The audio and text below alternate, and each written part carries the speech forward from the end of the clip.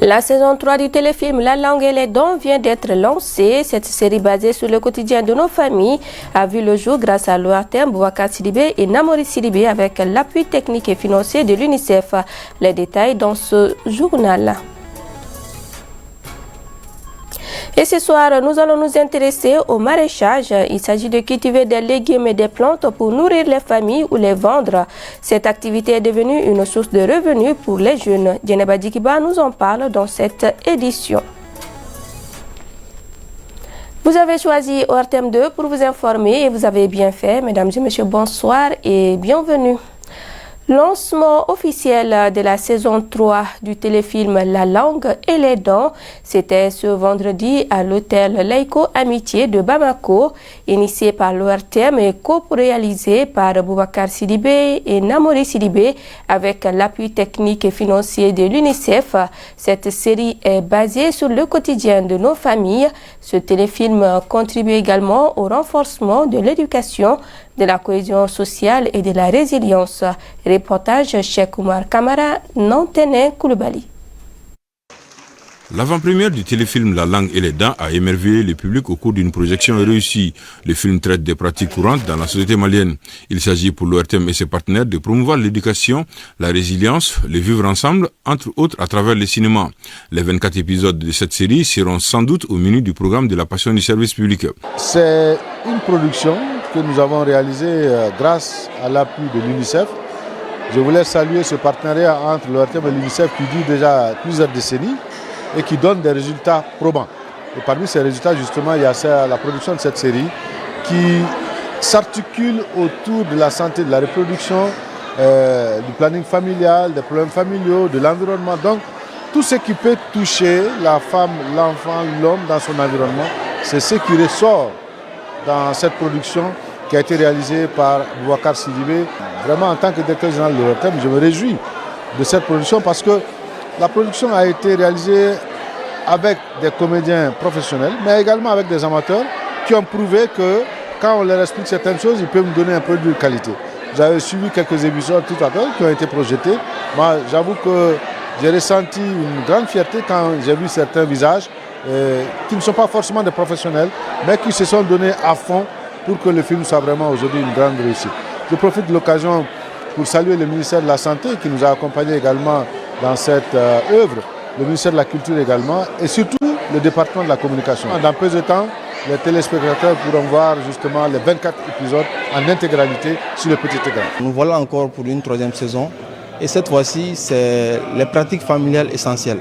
On a quand même fait la production, les PAD sont prêts. Maintenant, c'est aux téléspectateurs maintenant de voir, de comprendre, de prendre acte, voilà, des messages qui sont dans les épisodes. C'est le cinéma, c'est une industrie, ça génère de l'emploi, ça génère des coûts. La production des séries focalisée sur les bonnes manières pour l'épanouissement de la femme et de l'enfant pour un changement de comportement est une initiative qualifiée de salvatrice. Elle cadre parfaitement avec la vision des autorités qui ont décrété 2025 année de la culture.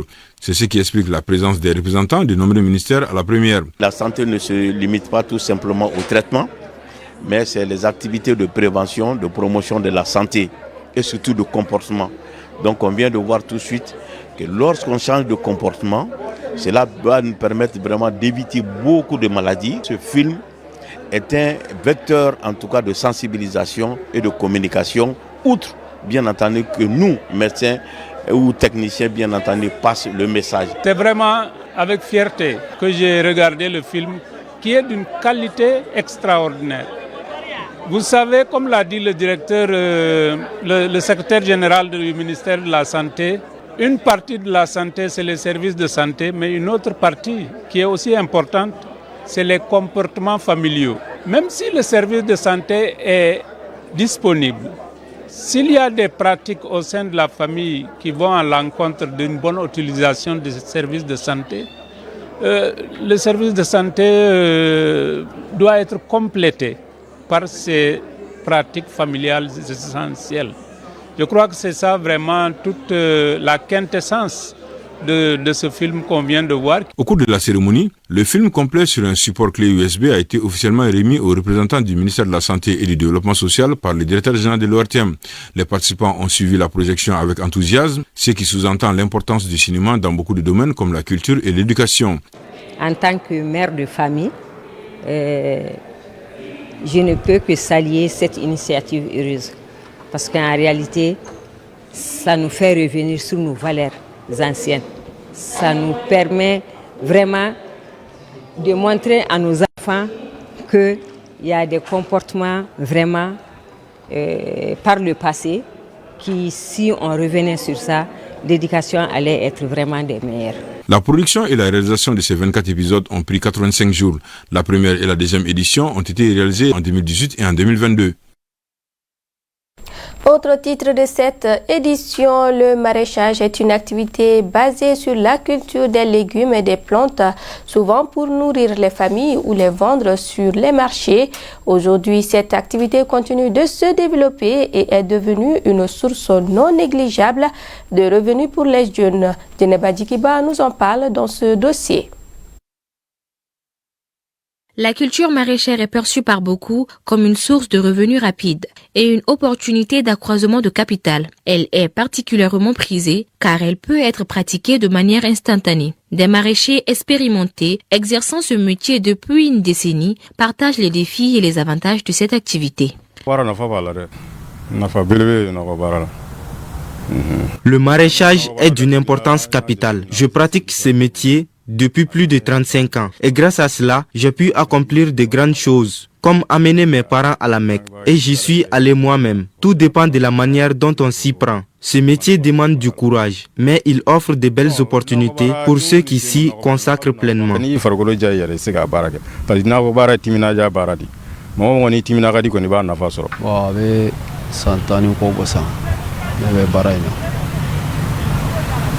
Voilà une dizaine d'années que j'exerce le métier de maraîcher et cela me permet de subvenir à mes besoins sans dépendre de personne. Le maraîchage, lorsqu'il est bien fait, offre de nombreux avantages. Plutôt que de rester à la maison sans rien faire, je conseille aux jeunes de s'y mettre mais avec passion. Il faut aimer ce que l'on fait, car sans amour pour ce métier, il est difficile de s'y retrouver. Aux jeunes, je dis, ayez du courage et lancez-vous.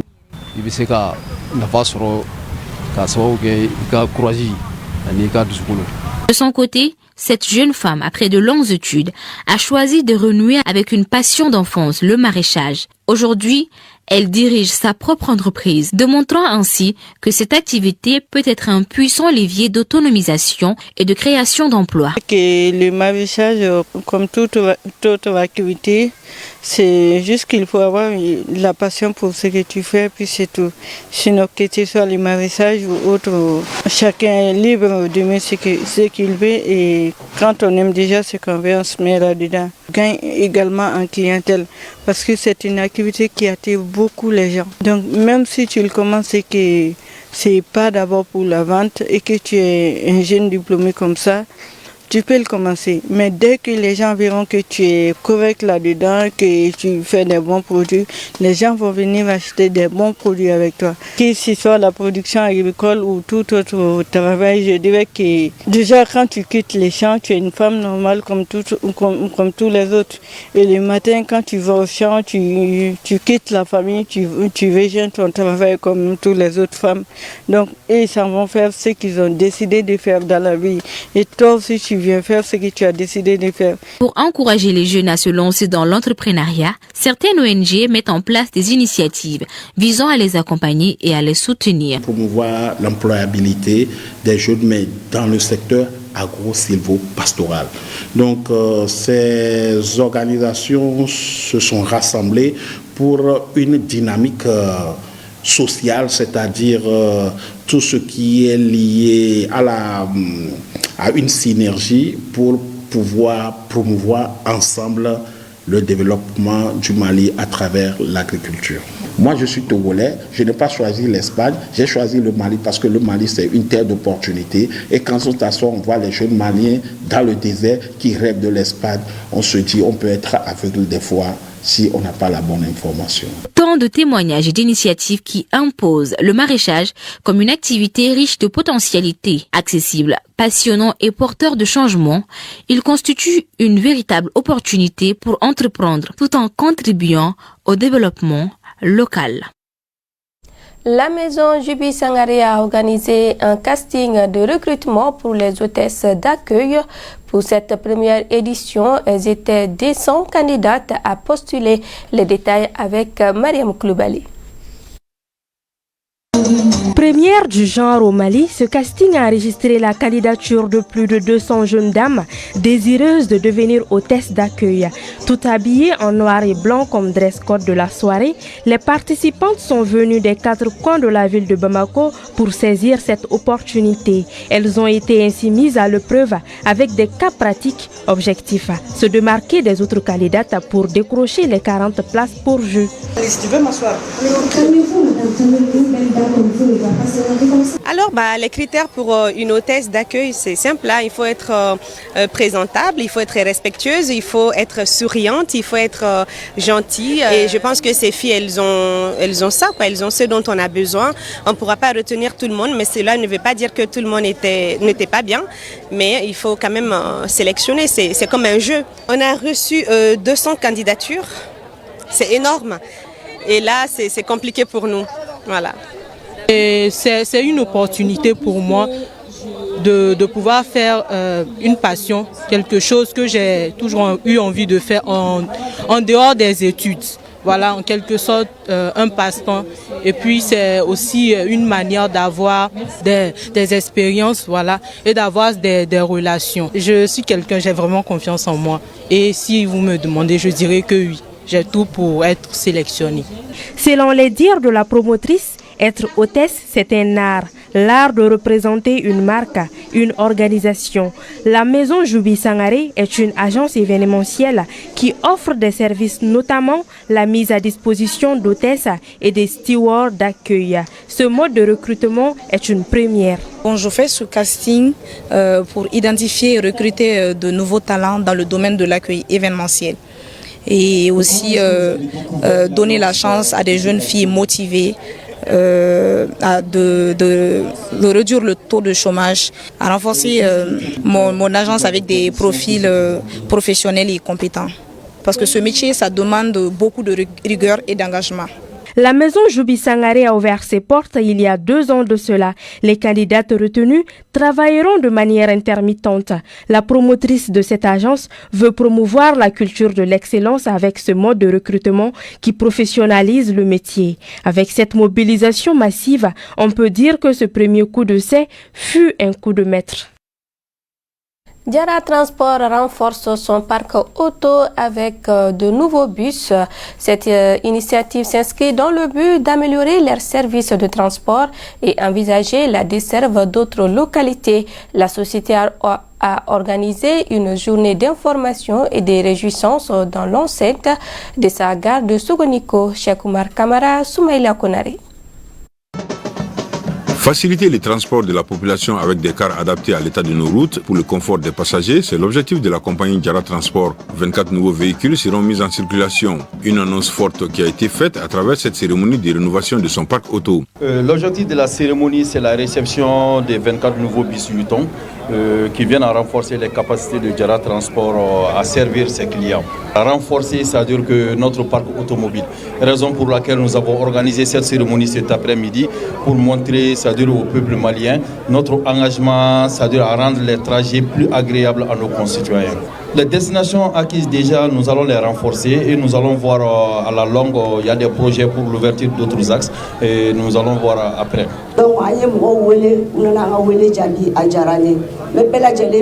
Jara Transport a traversé des moments difficiles, mais grâce au soutien et à l'accompagnement de la population et des partenaires, la société continue son bon nombre de chemins. C'est le lieu de remercier l'ensemble du peuple malien et nos partenaires, de solliciter également confiance et votre accompagnement. Parce que Jara est Mali d'État, on que l'État est Mali d'État, Malien bec à fierté. La cérémonie a été marquée par des prestations d'artistes musiciens, la coupure du ruban et des témoignages entre autres. Les participants ne cachent pas leur satisfaction. Une sensation de satisfaction et de réjouissance. Vraiment de voir que quand on travaille avec une entreprise qui prospère, vraiment c'est toujours un ouf de soulagement dans notre partenariat. C'est des engins qui sont équipés des outils de la dernière génération. Donc comme d'autres le diraient, c'est un avion par terre. Et vraiment je ne peux que faire encore plus de bénédictions pour que ça perdure encore pour toujours. À la fin de la cérémonie, les responsables de la compagnie ont lancé un appel aux chauffeurs et à tous les transporteurs à la conduite avec prudence et au respect du code de la route. Place au sport à présent avec tout d'abord cette nouvelle Super Coupe de basket. Le stade malien de Bamako a remporté hier les trophées en battant le Djoliba AC chez les dames 66-59 et l'AS Police en messieurs 65-44. Le stade malien de Bamako a aussi raflé les distinctions individuelles. La reine de la saison 2023-2024 est Djeneba Sangaré et le roi de la saison est Mamadou Koulibaly. Et place au football à présent. Le terrain poussière rouge de Bozola a servi de cadre pour l'organisation des matchs gala organisés par l'amicale des anciens du centre de football CFC Daoula. L'objectif est de renforcer les liens de fraternité et entre les jeunes de Bozola. La rencontre a opposé l'équipe Piment Rouge, habillée en orange, à celle des CFC Daoula. L'équipe Piment Rouge a remporté le match par le score de 2-1. Le résumé avec Oumar Enza Traoré. À travers ce match de gala organisé par l'amicale des anciens du centre de football club CFC Daoula, l'objectif est de maintenir les liens de fraternité entre les jeunes de Bozola. Le match a opposé l'équipe Piment Rouge vêtue en orange au CFC Daoula.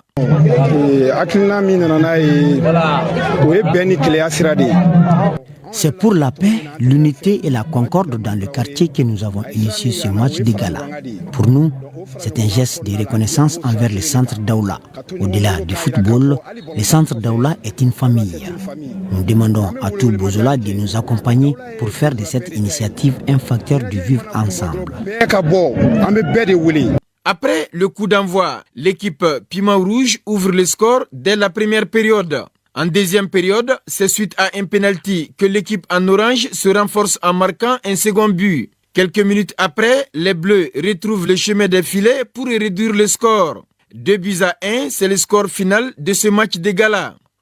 Vraiment, moi je suis très ému aujourd'hui, très ému, parce que d'avoir mes anciens organiser un match de gala, vraiment, ça m'a beaucoup touché.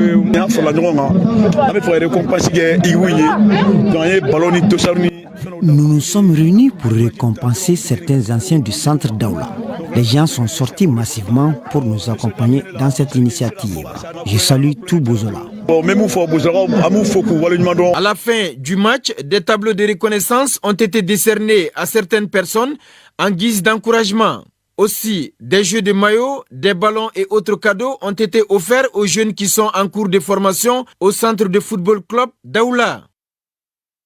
Et c'est tout pour cette édition. Merci à vous de nous avoir suivis. Ne zappez surtout pas. Ma Mariam Kassambra est déjà prête pour l'édition en Bamananka.